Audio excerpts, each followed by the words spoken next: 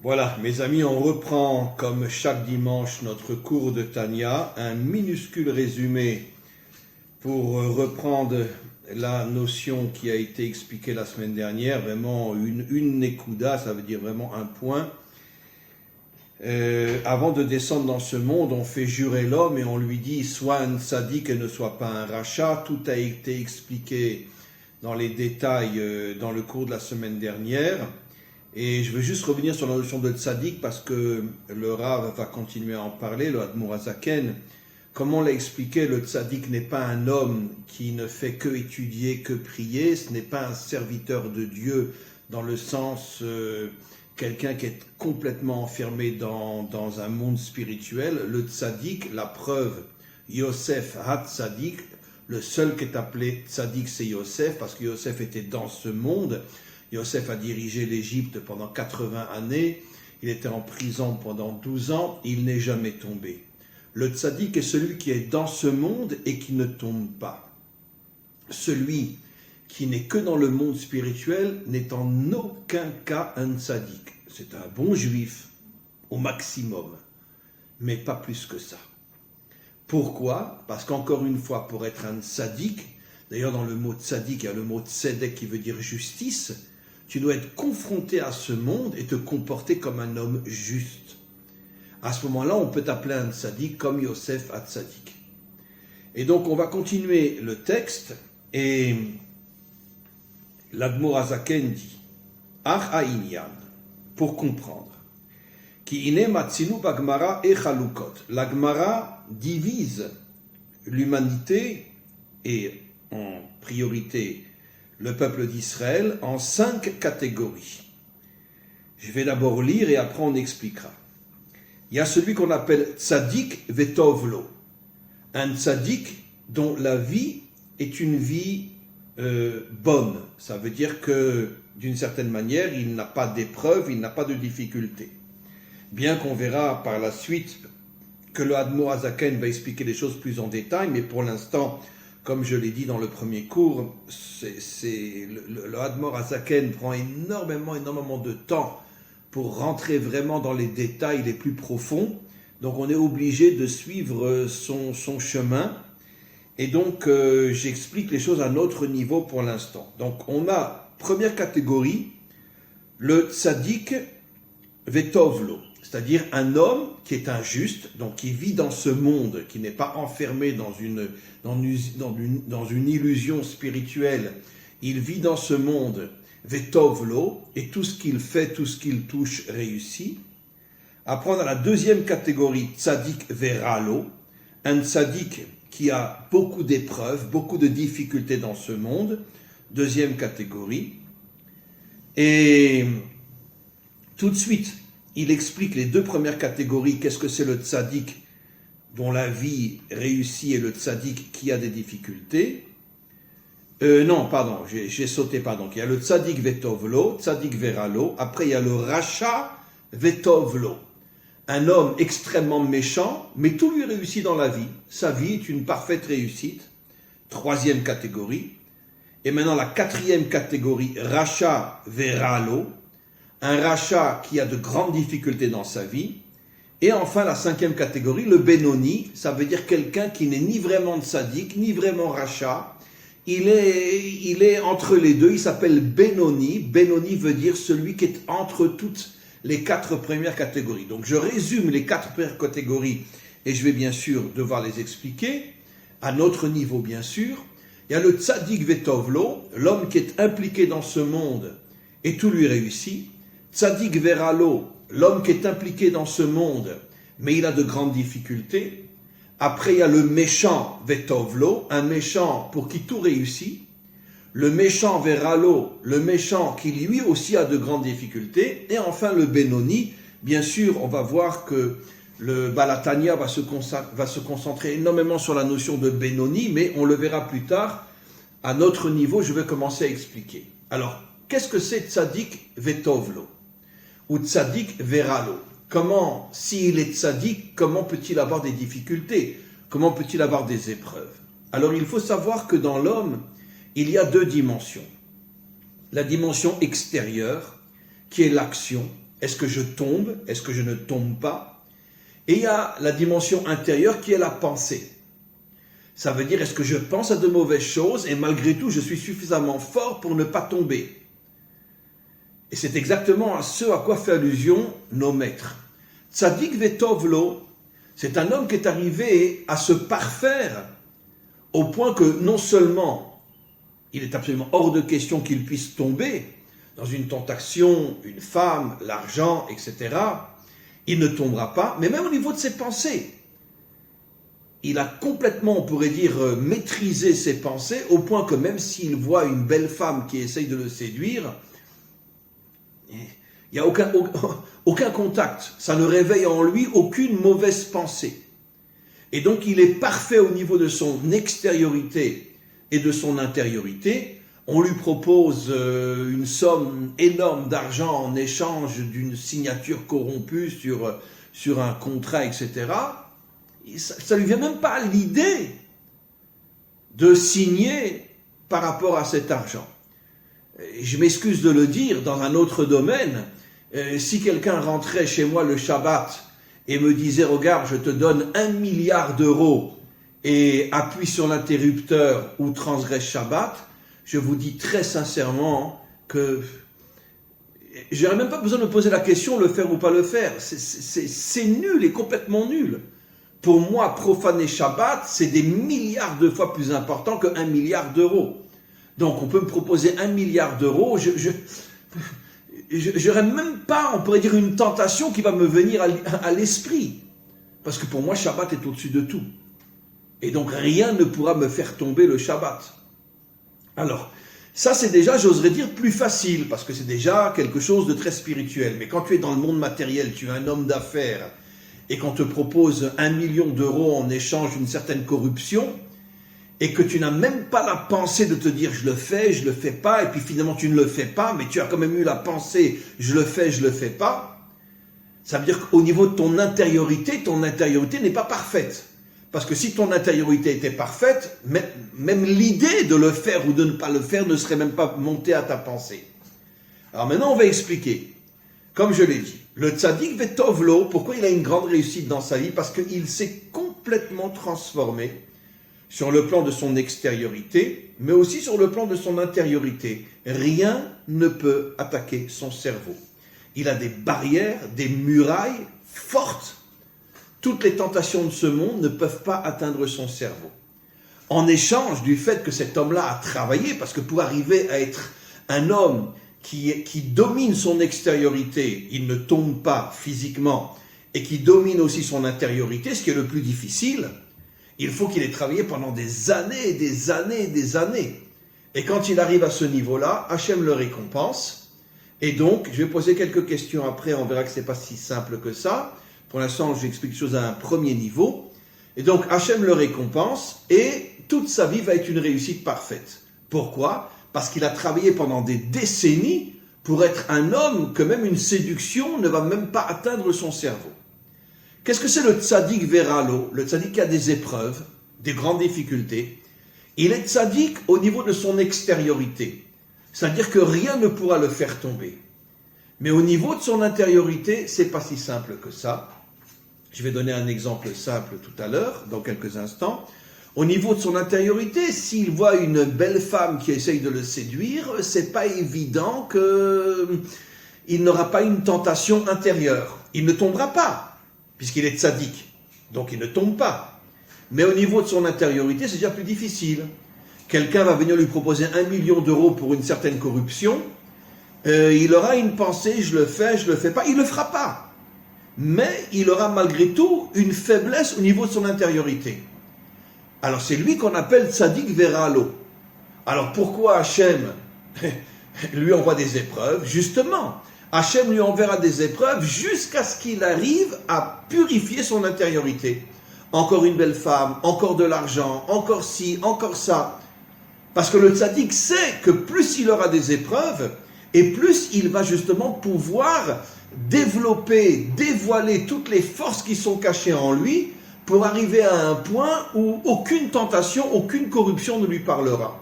Et à ce moment-là, il deviendra un tzaddik vetovlo, un tzaddik qui a une vie réussie. Donc les épreuves ne sont pas là pour le casser, les épreuves ne sont pas là pour le punir, les épreuves sont là pour l'aider à dominer ses pensées au point qu'il ne tombe plus. Qu'est-ce que c'est maintenant Racha vetovlo? Alors là, c'est un texte, enfin plusieurs textes qui sont dans le Talmud. Racha vetovlo, un rachat n'ont tout réussi. Ça veut dire on parle d'un homme qui est à un niveau de corruption, mais alors total, toutes ses pensées, toutes ses actions, tous ses sentiments, c'est uniquement faire le mal, faire le mal, faire le mal, faire le mal. Il n'a même plus, on pourrait dire, le moindre réflexe de se dire mais pourquoi je ferais ce mal? Il est complètement, totalement corrompu. Alors vous me poserez la question, alors pourquoi Hachem lui donne tout? Alors il faut savoir qu'il y en a un sur 1000 générations, un homme comme ça. Mais pourquoi Hachem lui donne tout? Nos maîtres nous disent, parce que Hachem le perd dans ce monde, et c'est fini, après ce monde, il disparaît.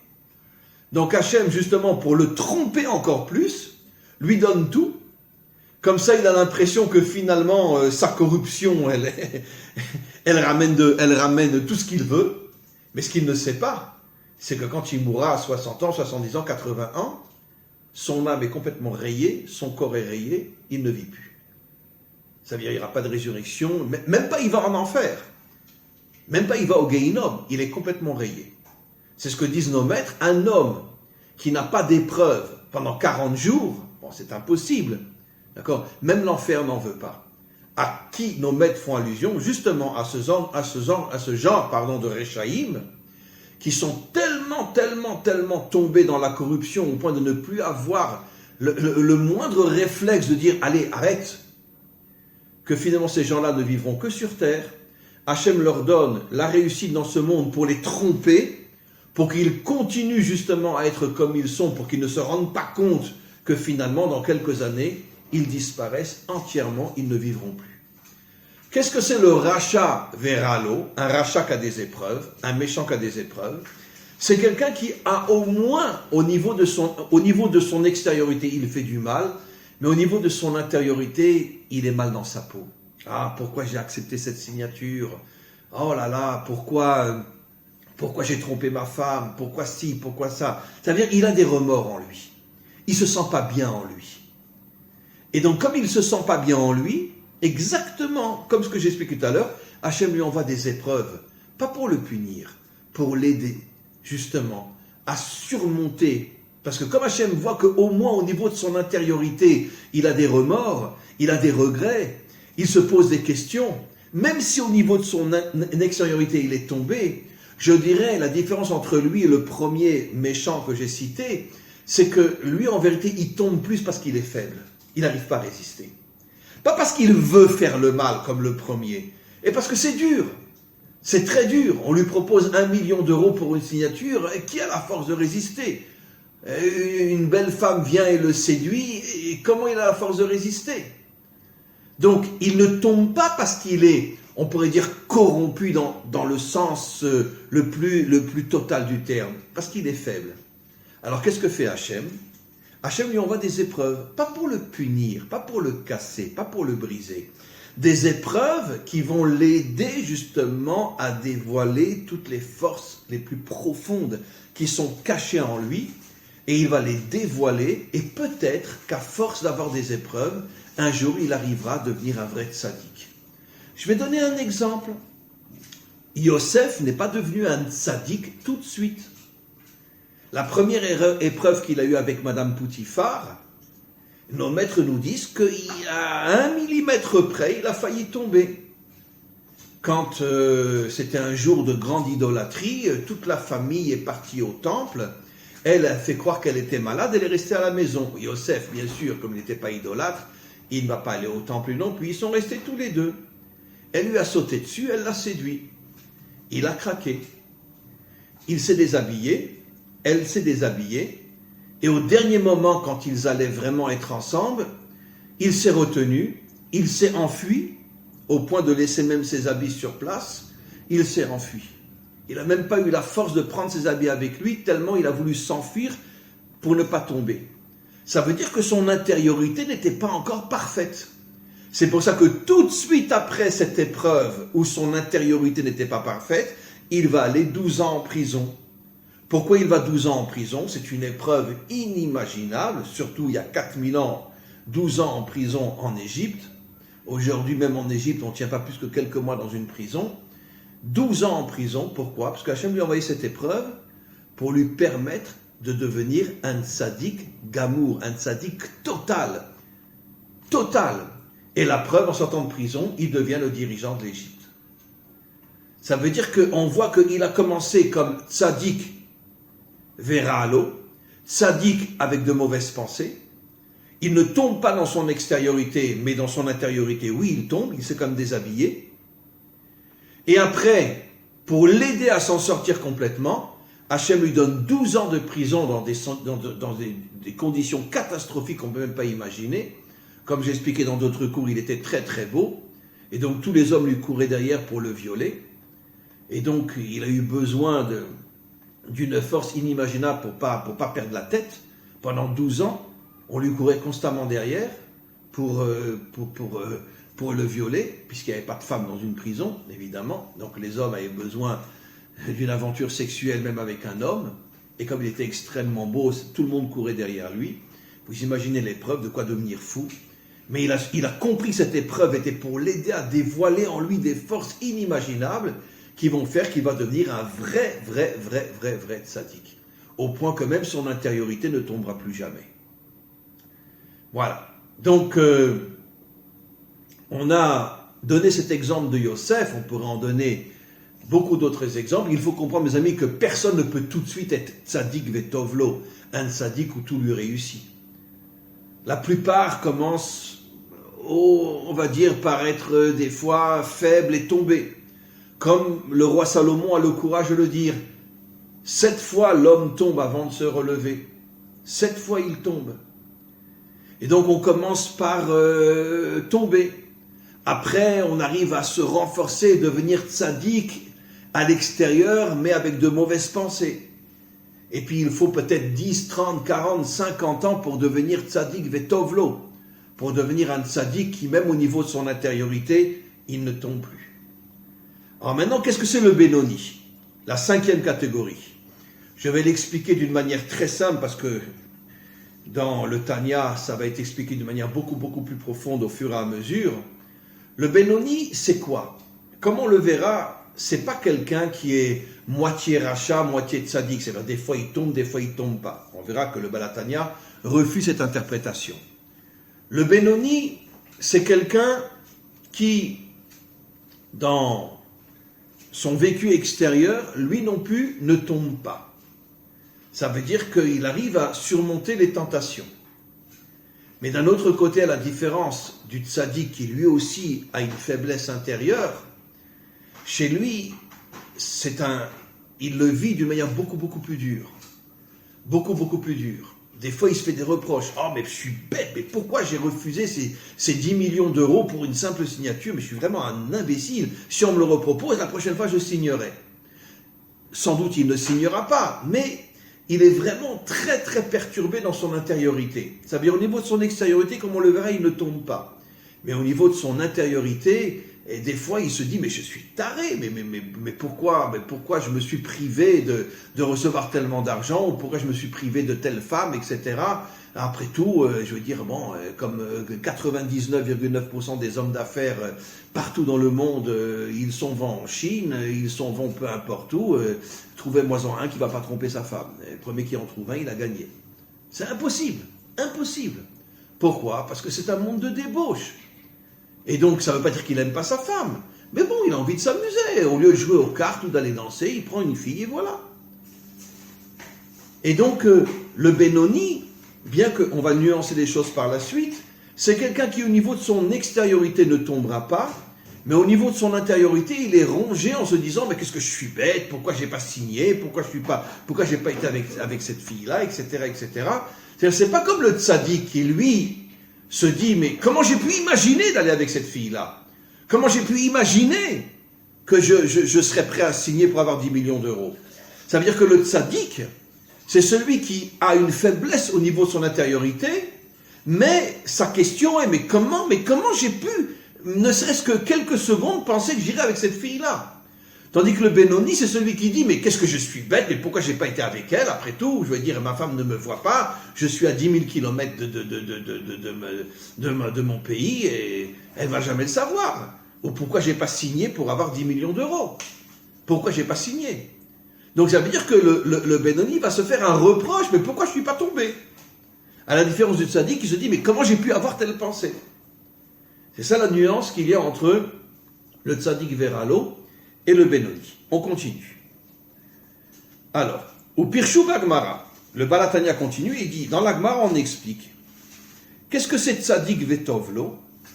Tzaddik Gamour, un tzaddik total. C'est exactement ce que j'ai expliqué.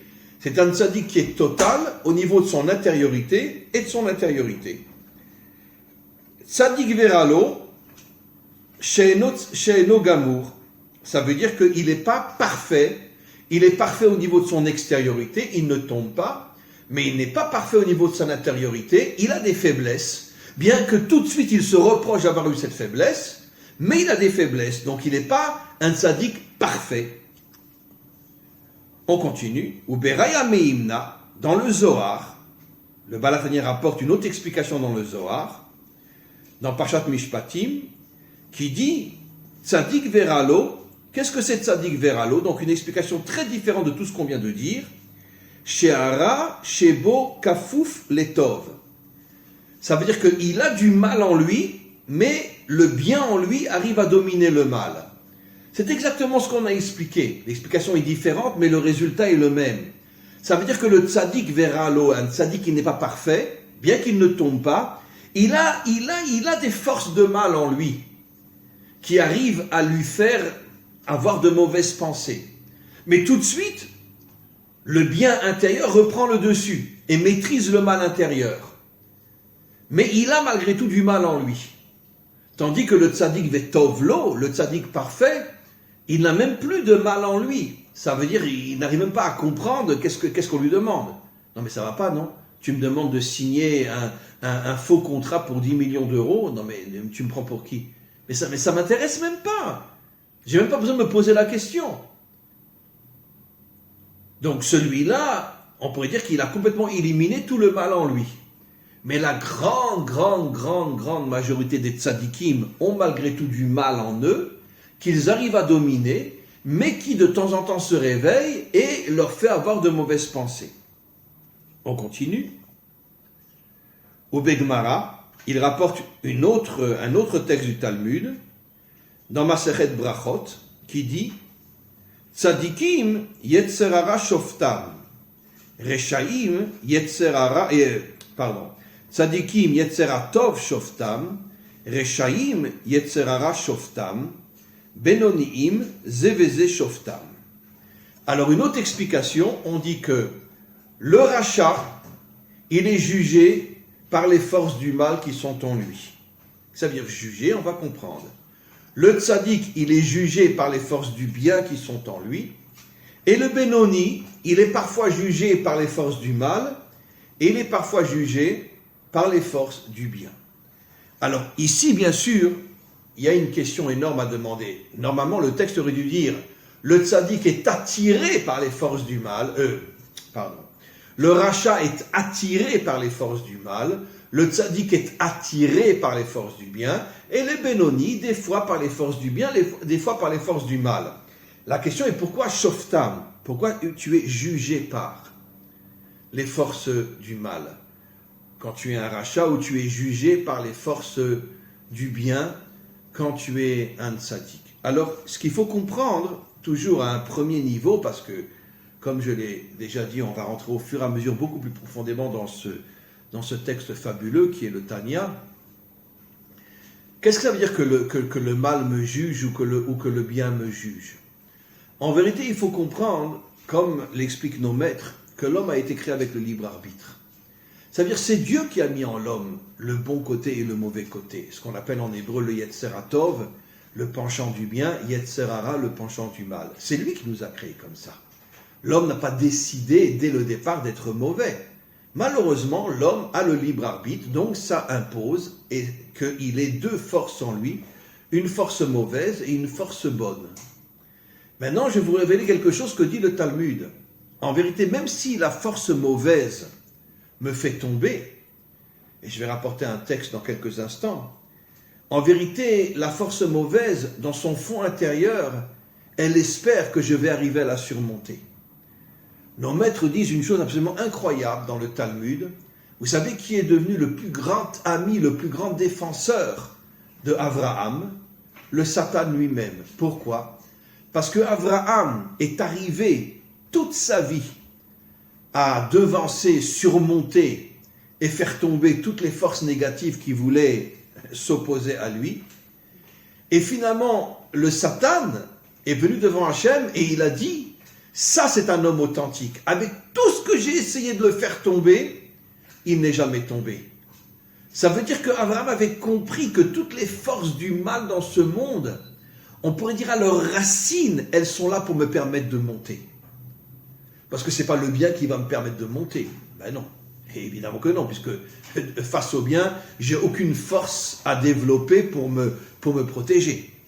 Donc quelles sont en vérité, et là je vais dire quelque chose d'absolument fabuleux, j'oserais presque dire, comme le dit le Talmud, que le plus grand ami de l'homme, c'est les forces négatives. Parce que finalement, c'est elles qui vont faire de moi un héros, un véritable soldat, un véritable guerrier qui ne tombe plus. Et c'est exactement ce qui s'est passé. Pourquoi le Satan est devenu le plus grand ami et le plus grand défenseur d'Abraham? Parce que le Satan, dans son fond intérieur, il ne veut pas que l'homme tombe, contrairement à toutes les bêtises que les religions nous enseignent. Ah, le Satan, le Satan. Mais parce que toutes les religions sont le summum du mensonge. La Torah nous dit tout le contraire. Dieu a créé le mal pour aider l'homme à devenir un héros. Alors c'est vrai que la majorité tombe, mais ceux qui arrivent à surmonter le mal se rendent compte que grâce au mal, je suis devenu un surhomme. Je ne suis jamais tombé. Et après, le mal devient le plus grand ami de cet homme qui est arrivé à surmonter toutes les forces négatives qui voulaient le faire tomber. Alors maintenant, on comprend, si on comprend ce que j'explique, qu'à la racine du mal se cache une volonté de faire grandir l'homme, et que le mal se réjouit quand il voit que l'homme n'est pas tombé avec de l'argent, avec une femme, avec le pouvoir, avec toutes les choses qui nous font tomber dans ce monde, à ce moment-là, le mal, il applaudit, il dit « Waouh, quel homme, quel homme !» Avec la tentation que je lui ai envoyée, il n'est pas tombé. Quel homme, quel homme! Et donc finalement, si durant toute sa vie, il va constamment surmonter le mal va devenir son plus grand ami. C'est d'ailleurs ce que disent nos maîtres, que tout le travail de l'homme dans ce monde, c'est de transformer l'obscurité en lumière, de transformer le mal en bien, de prendre le mal et de le transformer en bien, c'est-à-dire de dévoiler la véritable source du mal, qui est en vérité cette volonté de faire de l'homme un géant de force et de courage. C'est ça la véritable raison du mal. Donc maintenant on comprend pourquoi c'est le mal qui va juger le méchant. Alors je vais l'expliquer d'une manière simple. Le mal va venir chez le méchant et dire « T'es vraiment un idiot, t'as rien compris. Moi je t'ai éprouvé dans le mal pour te faire grandir, pour que tu arrives à me surmonter. » Et puis tu es devenu un mouton, un lâche, un faible, et tu n'as fait que courir après moi pour que je t'en donne encore plus et encore plus de mal et de perversion. Donc le mal, un jour, viendra et jugera les méchants et leur dira « Bande d'imbéciles, vous n'avez rien compris. Vous n'avez pas compris que Dieu m'a créé pour faire de vous des héros et vous m'avez suivi comme des moutons. Donc je vous juge et je vous dis, vous êtes des nuls, vous êtes des rien du tout. » Et maintenant, pourquoi le Tov va juger le Tzadik? Le Tov va surtout juger le Tzadik qui est fort au niveau de son extériorité, mais qui n'a pas réussi à être fort au niveau de son intériorité. Ça lui arrive d'avoir de mauvaises pensées. Et donc le Tov va venir et lui dire, écoute, regarde, d'accord, c'est bien, tu n'es jamais tombé sur le plan extérieur, mais pourquoi tu n'as pas travaillé pour purifier ton intériorité et devenir un géant sur le plan de ton intériorité? Voyez, mes amis, ce sont des textes absolument fabuleux que le Baal HaTanya rapporte ici, qui nous permettent véritablement de comprendre le sens profond, authentique de la vie. On va continuer.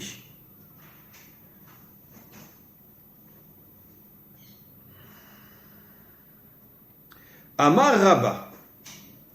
Rabba, qui comme on le sait, était un des plus grands maîtres du Talmud, a dit un jour sur lui que Gonana, sachez que moi, je ne suis qu'un Benoni.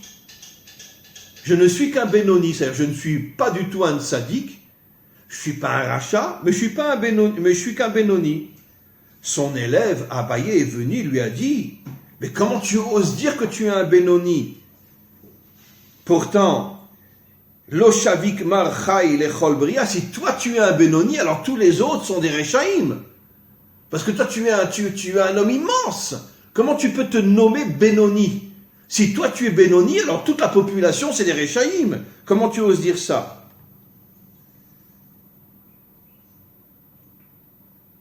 Alors, Vegam, Leavin Ma'ut Madrigata Benoni. Et là, le Balatin commence à expliquer. Il faut comprendre que le Benoni, chez Bevadaï, Eno Mirza Sruyot ou Mirza Avonot. C'est pas un homme qui des fois tombe et des fois ne tombe pas. Mais quand il tombe vraiment dans la prostitution, dans la débauche, dans l'argent, dans le pouvoir, etc. Non, c'est pas du tout ça un Benoni. Chez Imken, parce que si c'est ça un Benoni, si c'est un homme qui tombe, comment Rabba, qui était un des plus grands géants de toute l'histoire d'Israël, comment il ose dire qu'il est Benoni? Pourquoi il est tombé avec des femmes, il est tombé dans l'argent, il a assassiné des gens, donc comment qu'il ose dire qu'il est Benoni? Donc c'est sûr que le Benoni, c'est pas celui qui tombe. Venoda, Delo Pasik Poumé Megirsa, en plus, on sait que Rabba était un homme qui étudiait avec une profondeur incroyable, au point au point qu'au moment où il étudiait, même si entre parenthèses est arrivé peut-être un moment où il aurait dû tomber malade, ou peut-être un accident ou je sais quoi, au moment où il étudiait avec une telle profondeur que le Malach Hamavet ne pouvait, ce qu'on appelle l'ange de la mort, pardon en français, ne pouvait l'approcher. Ne pouvait l'approcher. Tellement sa Torah dégageait une lumière que même l'ange de la mort ne pouvait l'approcher.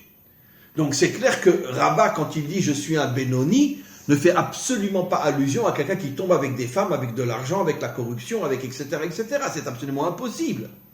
Puisque c'est un homme qui n'est jamais tombé au point que même l'ange de la mort ne pouvait pas l'approcher quand il était en train d'étudier. Alors comme on va le voir, mais on va le voir un peu plus tard, qu'en vérité que le Benoni, comme j'ai déjà commencé à expliquer, c'est quelqu'un qui dans son intériorité est très très très perturbé, mais dans son extériorité ne tombe pas. Et peut-être que même si Rabba, au niveau de son intériorité, n'était pas un homme perturbé, mais peut-être que son extrême humilité l'a empêché de se voir comme un tzaddik, et il a préféré se voir comme un Benoni. J'oserais même rajouter que n'oublions pas que Rabba était un homme qui passait 99,9% de son temps à étudier. Donc il n'était pas vraiment investi dans le monde matériel. Et c'est peut-être la raison pour laquelle il n'a pas voulu s'appeler un tzaddik. Parce qu'étant un homme authentique, il savait qu'un tzaddik, c'est seulement celui qui est dans le monde matériel et qui ne tombe pas. Mais lui n'était pas dans le monde matériel. Donc comment il peut s'appeler un tzaddik? Donc il a préféré se nommer un Benoni. On continue encore une phrase ou deux.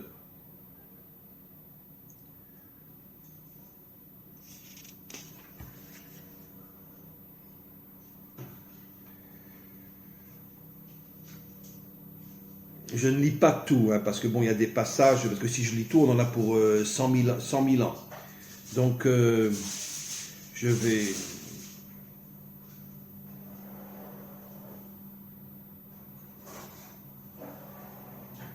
Alors, encore une phrase et on va s'arrêter. Velachen, Amrou Razal, nos maîtres nous disent, Bemidrash, dans un commentaire très, très puissant de nos maîtres, Ra'a Akadosh Baruch Hu bat tzadikim, Hachem a vu que les vrais tzadikim, Shem Moatim, ils sont très peu nombreux. Amad Veshatlan Bechol Dor Vador, et c'est pour ça qu'il les a éparpillés dans chaque génération. Comme il est dit, Tzadik Yesod Olam, le tzadik est les fondations de ce monde matériel. Je terminerai par cette phrase. On a encore, mes amis, des milliards de choses à voir dans ce livre, le Tanya. Vous pouvez l'avoir en français aussi, qui est un des plus grands livres de ces dernières générations jamais écrits, parce qu'il contient des secrets inimaginables. Bon, moi je l'ai en hébreu, mais vous pouvez l'avoir en français aussi. Qu'est-ce que ça veut dire que le tzaddik, on va terminer par cette phrase-là, est Yesod Olam, c'est lui qui soutient le monde. Vous avez une preuve de plus de tout ce que j'explique. Si le tzaddik est un homme qui est uniquement à la synagogue, ou uniquement à l'église, ou uniquement dans un temple, comment voulez-vous qu'il soutienne le monde? Puisqu'il n'est pas impliqué dans ce monde. C'est comme si quelqu'un construit une maison et fait les fondations à côté de la maison. La maison va s'écrouler. Pour que la maison puisse tenir, il faut que les fondations soient sous la maison. Puisqu'on dit que le tzaddik c'est Yesod Olam, c'est les fondations du monde, on parle de ce monde réel. Et le tzaddik, c'est lui qui soutient ce monde. Et comment il le soutient? Parce que lui aussi, il est dans ce monde, mais lui ne tombe pas. Et qu'est-ce que nous dit nos maîtres? Les tzaddikim authentiques, qui sont dans les affaires, qui sont dans ce monde et qui ne sont jamais tombés, il y en a tellement peu dans l'histoire humaine que Akadosh Baruch Hu, il en fait descendre 1 ou 2 par génération. 1 ou 2 par génération. En vérité, j'exagère, parce que nos maîtres nous disent que dans chaque génération, il y a 36 justes cachés, que personne ne connaît, que personne ne voit, et c'est eux qui soutiennent le monde. Donc on ne va pas dire 1 ou 2, on va dire 36. 36 justes cachés dans chaque génération, 36 sur des milliards, qui eux soutiennent le monde. Pourquoi? Parce qu'ils sont dans ce monde et ils ne tombent pas. Voilà mes amis, on continuera ce cours merveilleux la semaine prochaine, à tous et à toutes. Dans 1 heure, on allume les bougies de Hanouka, ici en Israël, un peu moins d'1 heure en vérité, puisqu'il est déjà 4h10, on va allumer à 5h. Donc dans pratiquement 3/4 d'heure, on allume les bougies de Hanouka. Et donc à tous et à toutes, un très très très bon Hanouka.